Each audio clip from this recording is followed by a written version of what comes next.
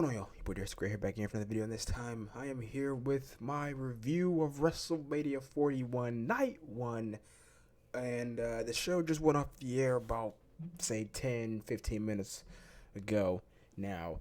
The main event is still very fresh in my mind, so I'm just going to give you like my overall thoughts. Sort of no real, set structure to this. I'm just spewing. I'm just giving my thoughts as they come to me. Real stream of consciousness type stuff. I've had some drinks today, so some of that shines through this video. That's why. Anyway, we're going to start, of course, with the main event: Seth Rollins versus Roman Reigns versus CM Punk. First off, I just want to address the Roman Reigns thing, by the way, because if you don't know, I want to say it came out yesterday that Vanity Fair article, Roman Reigns. He revealed that although he is a registered Democrat, he did in fact vote for Trump, and he does support Trump on certain things. He said not everything, but he's a Trump guy. He's a Trump supporter, and the internet, the IWC, has been ablaze since then with so many like Roman MAGA jokes and stuff. But, if you look at the crowd reaction, which I know a lot of people criticized the crowd tonight, the crowd didn't seem to care. They chanted him. I feel like most of the people who actually went to the show either didn't know about that stuff or they don't care. But then again, they did boo Dana White. And they were in Vegas at that. So I don't know what that could be. Could it be that? Could be the fact that he, hit his wife on camera or whatever that was. Anywho, I just want to put that out there and address that. The main event was phenomenal. That's where we're going to start. We're going to start with the main event. Phenomenal. Okay? So many kickouts, especially Roman. Dude is still, to this day, the best at kicking out at 2.99999. All right? I don't know how he does it, but he does every single time. A lot of kickouts. I'm sure Dave Meltzer is going to have a field day with this one. But then again, it's not in AEW or in the Tokyo Dome, so might hold back on it.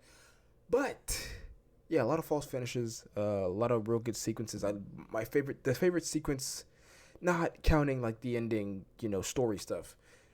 Well, there's a couple of things. Number one, is when Seth tried to. Number one, by the way, Seth coming out. Seth's entrance at first was like lame. Then he shows up in all white, and his glasses are the crown of thorns, which it's Easter tomorrow, or at the time recording, it's Easter tomorrow.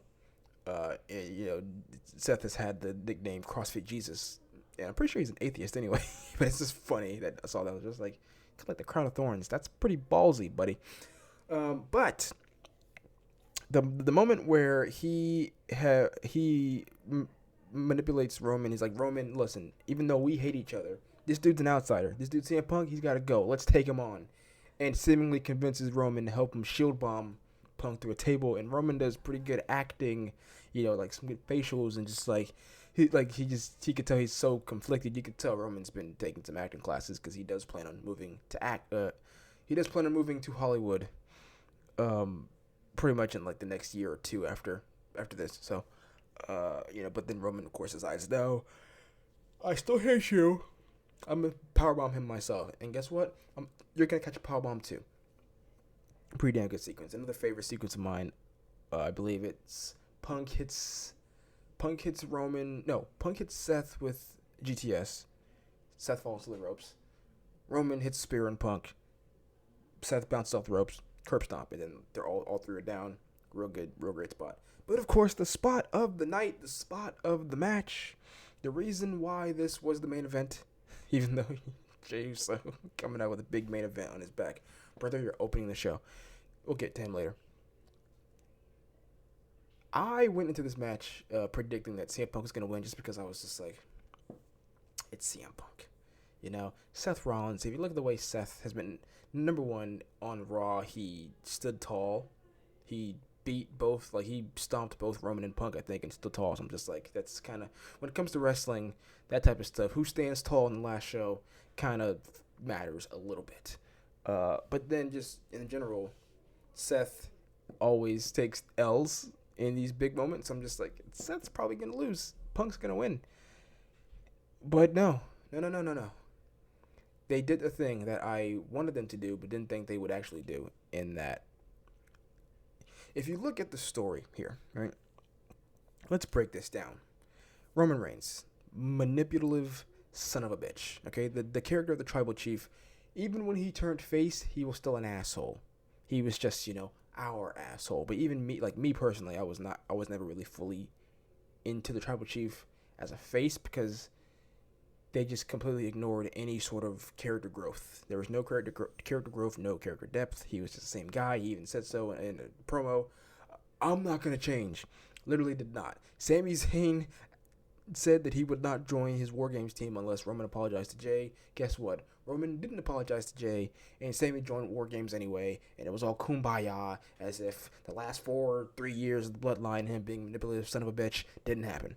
So since then, I've pretty much kind of been out on the Roman Reigns character, Tribal Chief character.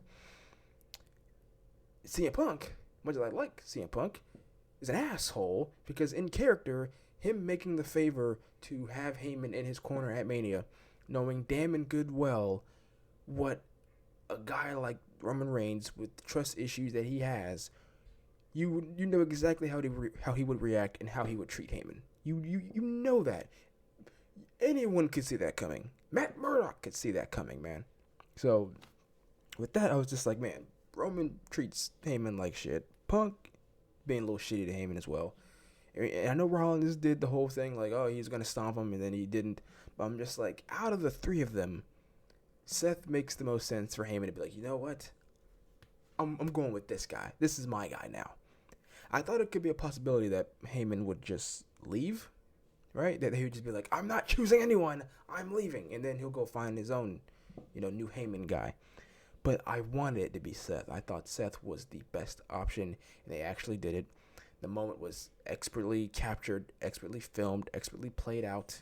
Him getting the chair, sliding at the Punk, low blowing Punk. It's the second time he's turned on Punk, by the way.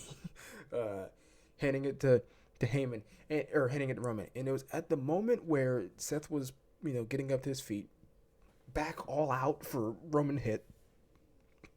At the moment that Heyman told Roman, hit him, look at him, hit him in the back with the chair, the shield thing, the shield turn style, because that's Roman's trauma. That is Roman's trauma. We saw that play out last year at WrestleMania. He could have chose Cody, could have chose Seth. He went for Seth because of that trauma of the shield breakup. As soon as Heyman started saying, hit him, I was just like, why would Heyman do that? Knowing that might cost him again. He wants him to go for that so he could then low blow him, and it was freaking phenomenal. Roman just keeps getting turned on, by the way. You love to see it. Maybe he'll actually change one of these days. Commentary tried so very hard to push it as if Heyman and Seth are bad guys. I don't care. They're good guys in my book. They're the heroes of the story. Heyman's the victim of the story. Seth is the hero that came and saved him. Because both Punk and Roman were assholes. Okay, this was the best option. I'm so excited to see how that duo goes on. Roman's going to be gone till SummerSlam probably. Punk's probably going to be gone like maybe a week or two and then be back. But this was the best. Not only was this the best match on the card, it was the best moment, the best outcome. Loved it. Every single moment of this. In terms of like sort of a blanket overview, feeling of WrestleMania, that was okay. Night one, that was okay. It wasn't really anything special. The entrances, my God, the entrances were abysmal. Like, they were so lazy. Like, Jacob Fatu just came out with like this Spirit Halloween looking werewolf mask. LA Knight came out in like a Maserati that he wasn't even driving. He was like in like the freaking passenger seat. And it looked like it was like a stagehand or a camera guy because he had like the headset on still while he was in the freaking driver's seat. It was just like, that's kind of okay. And then Charlotte did the same thing, came out in like a Rolls Royce. And it's just like, all right. Like, Tiffany Stratton had the best entrance of them all, probably, because like she had the whole Barbie thing, had the LED, had the whole LED screen set up inside like the Barbie, packaging box, and like, displayed Tiffany in her different outfits and stuff. I thought that was probably the best entrance of the night. And matter of fact, let's go with that match, Tiffany versus Charlotte. Thought it was pretty good. Wasn't as good as I was expecting, but then again, as good as Tiffany is at her young age, she's still young. So, in comparison to like Rhea Ripley versus Charlotte, however, you know, like that match was fantastic. One of the greatest women's matches ever, in my opinion. It was so good. This wasn't that, and that was kind of what I was looking to compare this to, but maybe I shouldn't have because Rhea and Tiffany, two very different skill levels.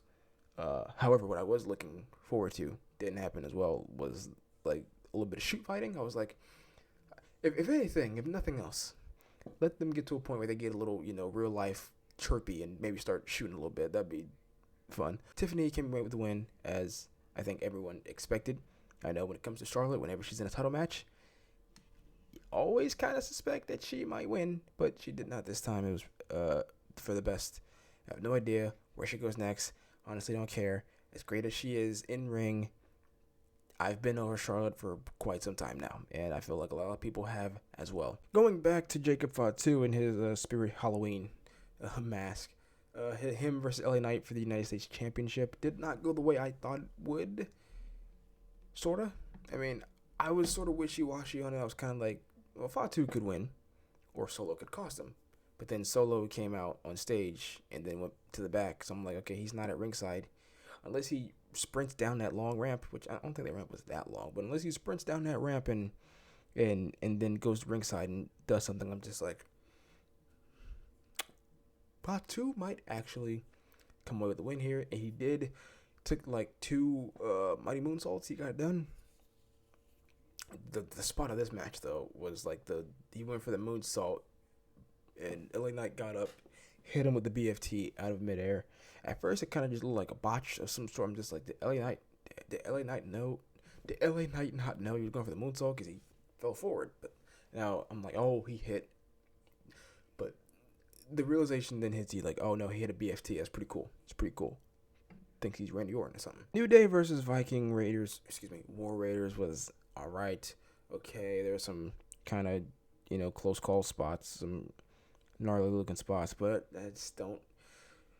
they sucked all the momentum out of New Day after the Big E thing. Like, I feel like they should have went on a real tear, but they didn't. They cooled them off. They were like doing promos during the commercials of the Netflix, of Raw on Netflix, where like, unless you're overseas internationally or using a VPN like I do, like, you wouldn't see that promo. You just see a commercial. And then, like, they started feuding with Otis and Tozawa. And I'm just like, this is really what we're doing to keep the New Day's momentum after that amazing, like, all-time heel turn with Big E. Like, you broke your neck, so what? Is one of the greatest lines ever dropped in wrestling. It was such a hard-hitting moment, and it kind of has amounted to not a whole lot. Maybe now, since they have those titles, it will, eventually mean a whole lot more. And the War Raiders are just kind of boring. Like, there's not much to them at all. They're just badass dudes. That's their character. I need more than that. That's just me. Jade versus Naomi was pretty good. Again, another terrible entrance with like the weatherman from like Las Vegas just talking about, oh, storm's coming. I think it did the whole weatherman shtick. I'm just like, really? For Jade, you do that for Jade? You couldn't give her like some type of X-Men, some pseudo X-Men type of intro thing. Have like Storm's voice actor, I am Storm, mistress of the elements, or whatever. Just like you could have her just say some stuff about, oh, a storm is coming. You couldn't do any of that. None of that. Okay, all right. But the match itself, though. Oh wait, forgot to mention Naomi. Now that she's a heel, has a new theme. She got Def Rebelled. And I know Def Rebel did her last theme, which was kind of just a play off of her TNA theme, but that, that theme was pretty good, pretty upbeat, pretty catchy. This one is just kind of generic bad guy. Yeah, Jay got the win here. Pretty cool. There was a great moment, by the way, where I think like the finishing spot, she had like in the electric chair, spun around, powerbomb, looked rough. Put some stank on that one. It's pretty good. Ray versus Americano And when I say Rey, I mean Rey Fenix. Supposed to be Rey Mysterio, but Mysterio got hurt, I think, on SmackDown. So they put Rey Fenix in there. Grande Americano won, which, I was like, I guess that means he was going to beat Rey anyway. I was just like, really? You can beat Rey Fenix? Rey Fenix's first WrestleMania. This is like his 5th match in the company at that. And he loses because of the iron or the steel plate thing in his mask. Okay, sure. Speaking of like luchadors, though, the AAA deal, like WWE bought AAA, is insane. When's the last time they've bought like a full scale company? Like, it has to be since WCW. Like I know they've bought Evolve, but that's like a small promotion thing. But like AAA was a big thing. Like they were one of the 2 big fishes over there in Mexico, and now they're owned by WWE. That's just insane to me. Maybe El Grande Americano will go over there, because I know Vikingo, El Hijo del Vikingo, I think is his full ring name, but on WWE TV they just call him Vikingo. He was in the crowd. He had a little thing with Grande Americano. After the match, he checked on Phoenix, so I guess that could be a thing. I know there's NXT AAA Worlds Collide. I don't know when that is, but I did see that graphic for that when all that stuff was being announced. I was at work when I was dropping. I was just like, what the hell? But yeah, that match is all right. I might do like a star rating. I realize I haven't rated these matches at all. I haven't given like any stars for them. That could always be a separate video, but just sort of my blank thoughts. Last thing, Jay versus Gunther. Jay's spear is god awful, and he should stop doing it. But the match itself was pretty fun. It was kind of just Jay being like, "Hey, if I'm gonna beat you, Gunther, I'm going to out Gunther you by hitting multiple moves on you, as you often do to other people, multiple splashes and stuff. And then I'm gonna put you in a sleeper and choke you out like you were doing me." And he did, and Gunther was forced to tap, and it was kind of a parallel to when Ilya put him in a sleeper and he was forced to tap, which I've seen people kind of like justify it one of 2 ways. Number one, Gunther just cannot help but be defeated by his own moves. Number 2, he would rather tap out as opposed to being choked out and passing out to Jay. Like, he'd rather concede that tap out than, having the life choked out of him by Jey Uso of all people. So I'm just like, okay, I can see either way. I don't have a problem with it personally. I think more so because of the Ilya match that happened. I'm just like, well, we've seen him tap out before. It's not like he's never tapped out before. He has. So it didn't really bother me all that much. But yeah, real nice moment, nice yeeting moment. Jay's the World Heavyweight Champion. Don't predict he'll have that title much long, or very long at all, because Seth Rollins is coming for it probably. I thought Braun Breaker might actually win Money in the Bank and then cash in on Jay, but now that Seth Rollins is now a heel, in my heart, to me, he's the face. He could, most likely, he's probably going to be the one to beat Jay. And there's some stuff they could do there with the Roman connection, with the bloodline history and all that stuff. But that's one of the things going to happen. Overall, the show is it's kind of all right. Nothing too special. I hope night 2 was much better. And this time, night 2, I won't be functioning on 5 hours of sleep and a 10-hour workday and some alcohol. I'll actually, although the alcohol did help to enjoy some of the matches and stuff. That was pretty fun. Anyway, let me know what you guys thought of WrestleMania 41 Night 1. Leave your star ratings for the matches below. Again, I didn't do that for these. I kind of forgot to do that. Maybe I'll throw that up. I probably won't. Anyway, hit the subscribe button if you haven't already, and I will see you guys in the next video. Peace.